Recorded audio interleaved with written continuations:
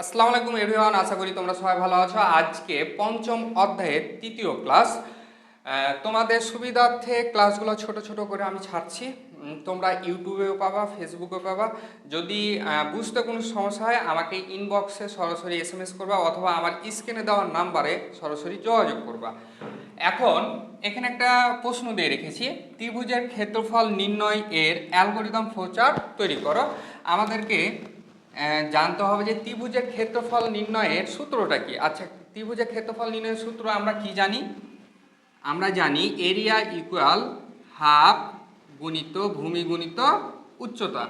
আচ্ছা, এখন আমাদেরকে এখানে নির্ণয় করতে বলেছে কি অ্যালগরিদম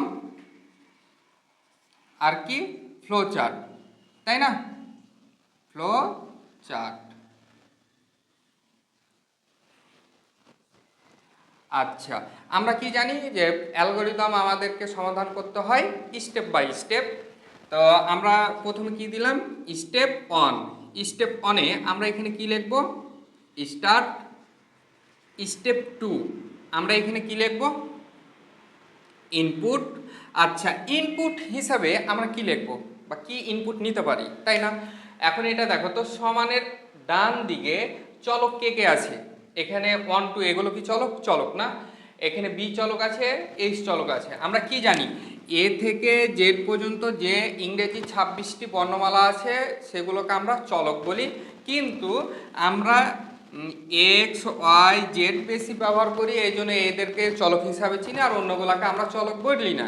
কিন্তু আমরা এ থেকে জেড পর্যন্ত সবগুলাই হচ্ছে চলক হিসাবে আমরা নিতে পারি। তো এখানে আমাদের ইচ্ছা মতো যে নিব সেই রকম করার আগে আমরা এখানে দেখতে পাচ্ছি যে সমানের ডান পাশে চলক কে কে আছে? বি আছে এবং এইচ। তাহলে ইনপুট হিসাবে আমরা এখানে কি নিব? B H. তারপরে স্টেপ 3। এখন এখানে আমাদেরকে কি ক্ষেত্রফল নির্ণয় করতে বলছে। তো ক্ষেত্রফল নির্ণয়ের সূত্রটা এটা, এই সূত্রটা এখন আমরা এখানে বসাই দিলাম সরাসরি। এরিয়া ইকুয়াল হাফ গুণিত ভূমি গুণিত উচ্চতা। তারপরে স্টেপ 4, আমাদের তো সূত্র না, ক্ষেত্রফল নির্ণয় করতে বলেছে, আমাদের ক্ষেত্রফল নির্ণয় করা হয়ে গেল। তার জন্য আমরা এখন এখানে কি লিখব? প্রিন্ট। স্টেপ 5 কি দিব? এন।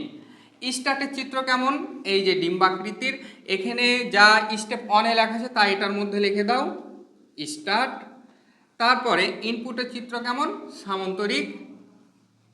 এই যে ইনপুট লিখলাম, এখানে যা লিখেছো তা এটার মধ্যে লিখে দাও ইনপুট বি এইচ। তারপরে প্রশ্নের উত্তর বা বিভিন্ন সমাধান করা হয় কোন চিত্রের মাধ্যমে? প্রক্রিয়াকরণ চিত্রের মাধ্যমে। তাহলে প্রক্রিয়াকরণ চিত্রটা দেখতে কেমন? আয়ত।